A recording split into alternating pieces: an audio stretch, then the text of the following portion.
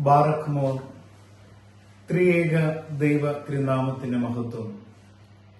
കർത്താവിനാൽ അനുഗ്രഹിക്കപ്പെട്ട വിശ്വാസികളുടെ സമൂഹമേ, പരിശുദ്ധ യാക്കോബായ സുറിയാനി സഭയിലെ അനുഗ്രഹീതമായ ധ്യാനകേന്ദ്രം, കീഴിലം സെന്റ് തോമസ് ധ്യാനകേന്ദ്രം ദൈവമക്കൾക്കു വേണ്ടി പ്രാർത്ഥനയോടെ ഒരുക്കുന്ന അനുഗ്രഹീതമായ സുവിശേഷ വചന ധ്യാന ശുശ്രൂഷയിലേക്ക് ഏവരെയും ദൈവനാമത്തിൽ സ്വാഗതം ചെയ്യുകയാണ്.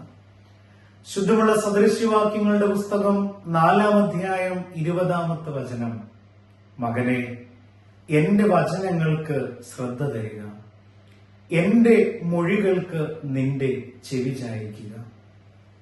സ്നേഹിതരെ, ഇത് ദൈവം ദാനമായി തന്ന നല്ല നിമിഷങ്ങളാണ്. ഇവിടെ നാം ഓരോരുത്തരും ദൈവത്തിന്റെ പരിശുദ്ധ വചനത്തിന്റെ മുമ്പിലാണ് ആയിരിക്കുന്നതും ആ സ്വർഗീയ ശബ്ദത്തിനാണ് കാതോർക്കുന്നതും. ആയതുകൊണ്ട് തന്നെ സ്നേഹവാനായ കരുണാമയനായ ദൈവത്തെ സ്തുതിച്ച് മഹത്വപ്പെടുത്തിക്കൊണ്ട് ദൈവത്തിന്റെ സ്നേഹത്തെ ആവോളം ഹൃദയങ്ങളിലേക്ക് സ്വീകരിക്കുവാനുള്ള ആ വലിയ പ്രതീക്ഷയോടും പ്രാർത്ഥനയോടും കൊതിയോടും കൂടെ നമുക്ക് ചേർന്നിരിക്കാം. ഒരു നിമിഷം നമുക്ക് ശിരസ്സുകളെ നമിച്ചുകൊണ്ട് ദൈവത്തിന്റെ തിരുമുമ്പിൽ പ്രാർത്ഥിക്കാം.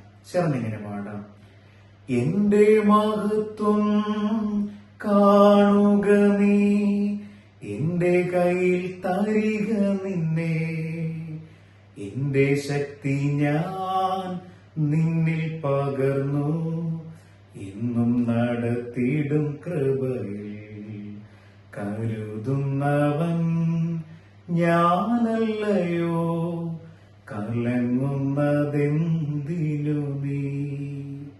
സർവശക്തനായ നല്ല ദൈവമേ, നീ എന്തിനാണ് ഭാരപ്പെടുന്നത്?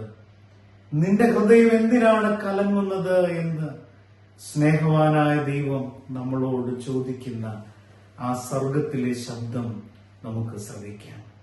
വിശ്വസിച്ചാൽ നീ ദൈവത്തിന്റെ മഹത്വം കാണുമെന്ന് വചനത്തിലൂടെ ഓർമ്മപ്പെടുത്തുമ്പോൾ, ദൈവമേ, ഞങ്ങളുടെ ഹൃദയങ്ങളിൽ ദൈവസ്നേഹവും ദൈവവിശ്വാസവും നിറയുവാൻ ഈ കൂടിവരവ് മുഖാന്തരമായി തീരണം. സർവവിശുദ്ധന്മാരുടെയും ദൈവമാതാവിന്റെയും മധ്യസ്ഥതയിൽ അഭയം തേടി പ്രാർത്ഥിക്കുമ്പോൾ പിതാവിനും പുത്രനും പരിശുദ്ധ റൂഹായ്ക്കും സ്തുതി കരേറ്റുന്നു. ആമേൻ. സ്നേഹമുള്ളവരെ, സുറിയാനി സഭ പരിശുദ്ധമായ പെന്തിക്കൊസ്തി പെരുന്നാളിനെ തുടർന്നു വരുന്ന 4-ാമത്തെ ആഴ്ചയിലേക്ക് പ്രാർത്ഥനാപൂർവം പ്രവേശിച്ചിരിക്കുകയാണ്. നാം വായിച്ചു കേൾക്കുന്ന വചനഭാഗം ശുദ്ധമുള്ള മത്തായി ശ്ലീഹായിൽ എഴുതപ്പെട്ട നമ്മുടെ കർത്താവിന്റെ രക്ഷാസുവിശേഷം 14-ാം അധ്യായം 14 മുതൽ 23 വരെയുള്ള വചനഭാഗങ്ങളാണ്. സ്നേഹമുള്ളവരെ, ഒത്തിരി പരിചയമുള്ള വചനഭാഗം. നിസ്സാരമായിരിക്കുന്ന 5 അപ്പവും 2 മീനും കൊണ്ട് 5000-ത്തിലധികം വരുന്ന പുരുഷാരം ഉൾപ്പെടുന്ന ഒരു വലിയ സമൂഹത്തെ തീറ്റി തൃപ്തിപ്പെടുത്തിയ ഒരു വലിയ സ്വർഗീയ അത്ഭുതത്തെ ഈ വചനഭാഗം പരിചയപ്പെടുത്തുകയാണ്. ഈ വചനത്തെ പ്രാർത്ഥനയോടെ ധ്യാനിക്കുമ്പോൾ ദൈവത്തിന്റെ സ്വർഗീയമായിരിക്കുന്ന ശബ്ദം സന്ദേശമായി നമുക്ക് ശ്രവിക്കാം. പ്രിയപ്പെട്ടവരെ, ഹൃദയത്തിലേക്ക് മനസ്സിലേക്ക് കടന്നു വരുന്ന ഒരു കൊച്ചു കഥ, ഏറെ മൂല്യമുള്ള സന്ദേശം നൽകുന്ന ഒരു കഥ നിങ്ങളുമായിട്ട് പങ്കുവെക്കട്ടെ. ഒരു പിതാവിനോട് നിഷ്കളങ്കനായ ഒരു മകൻ ചോദിച്ചു: അപ്പ, ജീവിതത്തിന്റെ മഹത്വം, ജീവിതത്തിന്റെ മൂല്യം എന്താണ്? പിതാവ് ഒരു കല്ലെടുത്ത് ഈ മകന്റെ കയ്യിൽ കൊണ്ടുപോയി കൊടുത്തു. എന്നിട്ട് പറഞ്ഞു: നീ ഇത് മാർക്കറ്റിൽ കൊണ്ടുപോയി വിൽക്കുക. അത് വിൽക്കുവാനായിട്ട് നീ നിൽക്കുമ്പോൾ നിന്നോട് ഇതിന്റെ വില ചോദിക്കും. നീ വില പറയരുത്, നിന്റെ കൈവിരലുകൾ ഇപ്രകാരം ഉയർത്തി കാണിക്കുക. ആ പിതാവിന്റെ വാക്ക് കേട്ട് അവൻ ആ കല്ലുമായി മാർക്കറ്റിൽ ചെന്നു. തിരക്കേറിയ ദിവസം കടന്നു വന്നവരിൽ ഒരു യുവതി ചോദിച്ചു: ഇത് നല്ല കല്ലാണല്ലോ, എന്താണ് ഇതിന്റെ വില? അവൻ അതിന്റെ മറുപടി തന്റെ കൈകൾ ഉയർത്തി ഈ വിരലുകൾ കാട്ടിക്കൊണ്ട് പറഞ്ഞപ്പോൾ ആ യുവതി പറഞ്ഞു, 20 രൂപയോ ഞാൻ നിനക്ക് തരാം. ആ യുവതിക്ക് ആ കല്ല് കൊടുക്കാതെ ആ മകൻ തന്റെ പിതാവിന്റെ അടുക്കിലേക്ക് മടങ്ങി വന്നു. നടന്നതെല്ലാം പറഞ്ഞു. മകൻ പറഞ്ഞു, മകനോടായിട്ട് അപ്പൻ പറഞ്ഞു, ഇനി ഈ കല്ല് നീ മ്യൂസിയത്തിൽ കൊണ്ടുപോവുക.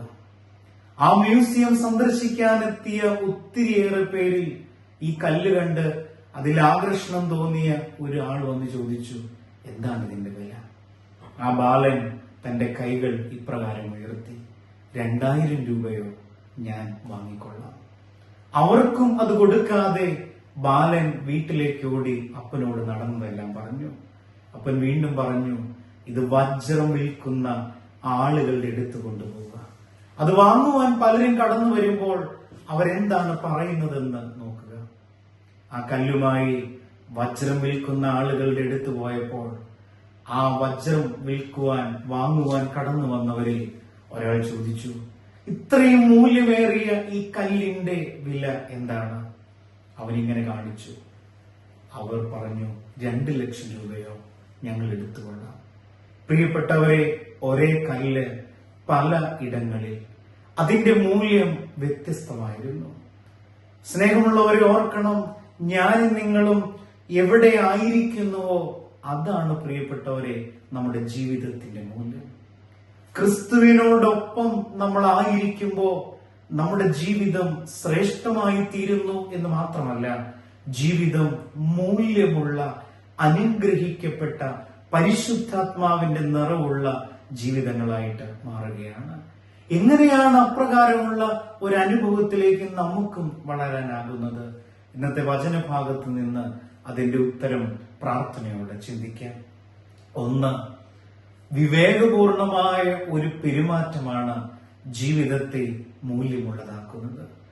നാം ഈ വചനഭാഗം പ്രാർത്ഥനയോടെ വായിച്ച് ആരംഭിക്കുമ്പോൾ തന്നെ നാം അവിടെ കാണുന്നത് ഇങ്ങനെയാണ്: യേശു അവിടം വിട്ട് നിർജ്ജനമായ ഒരു സ്ഥലത്തേക്ക് പോയി എന്ന് കാണുകയാണ്. നമുക്കറിയാം അതിന്റെ പശ്ചാത്തലം. ഹെരോദാവിന്റെ ആ മകൾ തന്റെ പിതാവിനോട് ചോദിക്കുന്ന ആ ഇഷ്ടത്തെ നിറവേറ്റി കൊടുക്കുമ്പോൾ അതിന്റെ മറുപടി, അതിന്റെ അവസാനം ക്രിസ്തുവിന്റെ മുന്നോടിയായി വന്ന യൂഹാനോൻ മാബ്ദോനോയുടെ ചിരച്ഛേദം നടക്കുകയാണ്. ആ വാർത്ത കേൾക്കുമ്പോഴാണ് ക്രിസ്തു അവിടം വിട്ട് മറ്റൊരു പ്രദേശത്തേക്ക് പോകുന്നത്. പ്രിയപ്പെട്ടവരെ, ആക്രമണവും അരാജകത്വവും നടക്കുന്ന ഇടങ്ങളിൽ നിന്ന് പലപ്പോഴും പിന്മാറിപ്പോകുന്ന ഒരു ക്രിസ്തുവിന്റെ അനുഭവം നമ്മൾ ഓരോരുത്തരും ചിന്തിക്കണം. നമ്മുടെയൊക്കെ കുടുംബ ജീവിതത്തിലാണെങ്കിലും സമൂഹ ജീവിതത്തിലാണെങ്കിലും പ്രതിസന്ധികൾ നമുക്ക് നേരിടേണ്ടി വരുമ്പോൾ, അല്ലെങ്കിൽ അക്രമങ്ങളിലേക്ക് നമ്മുടെ ജീവിതങ്ങൾ മാറിപ്പോകാതെ അതിൽ നിന്നെല്ലാം പിന്മാറുന്ന ഒരു മനോഭാവം നമുക്കുണ്ടാകണം. സ്നേഹത്തിന്റെ ഇടങ്ങളിലേക്ക് നാം മാറ്റപ്പെടണം. ആക്രമണത്തിന്റെയും അരാജകത്തിന്റെയും ഇടങ്ങളിൽ നിന്നുള്ള ഒരു പിന്മാറ്റം, വിവേകപൂർണമായ ഒരു ജീവിതം നമുക്ക് ആവശ്യമാണ്. രണ്ടാമതായി, നമ്മുടെ ജീവിതത്തിൽ ഈ വചനം നൽകുന്ന സന്ദേശം ക്രിസ്തു ആരെന്ന് തിരിച്ചറിയുന്നതാണ്. ആരാണ് ക്രിസ്തു? ഒത്തിരി ഉത്തരങ്ങളുണ്ട്. എന്നാൽ ഈ വചനഭാഗത്ത് നാം കാണുന്നത് മനസ്സലിയുന്ന ഒരു കർത്താവിനെയാണ്. എന്നിൽ മനസ്സലിയുന്ന ഒരു ദൈവം. എന്റെ ജീവിതത്തിലേക്ക് നോക്കി ആരെല്ലാം എന്നെ ഉപേക്ഷിച്ചാലും, ആരെല്ലാം എന്നെ തള്ളിപ്പറഞ്ഞാലും എന്നിൽ ദയ തോന്നുന്ന വലിയവനായ ഒരു ദൈവം. നെഹമ്യാവിന്റെ പുസ്തകം 9:20 ശുദ്ധമുള്ള വചനം, അവരെ ഉപദേശിക്കേണ്ടതിന് നീ നിന്റെ നല്ല ആത്മാവിനെ കൊടുത്തു. അവരുടെ കൊറ്റിന് മുട്ടുവരാതെ മന്നയും അവരുടെ ദാഹത്തിന് വെള്ളവും അവിടെ നൽകി. ഈ വചനഭാഗത്തും നാം അതാണ് കാണുന്നത്. ക്രിസ്തുവിനോടുകൂടെ കടന്നു വന്ന ജനത്തിൽ മനസ്സലിവ് തോന്നുന്ന ഒരു ദൈവത്തെ നാം അവിടെ കാണുകയാണ്. നമ്മുടെ ജീവിതത്തിലും മനസ്സലിവിന്റെ ഒരു അനുഭവം ഉണ്ടാകണം. പ്രിയപ്പെട്ടവരെ, മൂന്നാമതായി, ദൈവികമായ സംരക്ഷണത്തിൽ നിന്ന് മാറിപ്പോകാതെ ജീവിതത്തെ ക്രമീകരിക്കുമ്പോൾ നമ്മുടെ ജീവിതങ്ങൾ മൂല്യമുള്ളതായി തീരുകയാണ്. വചനം ഓർമ്മപ്പെടുത്തുകയാണ്.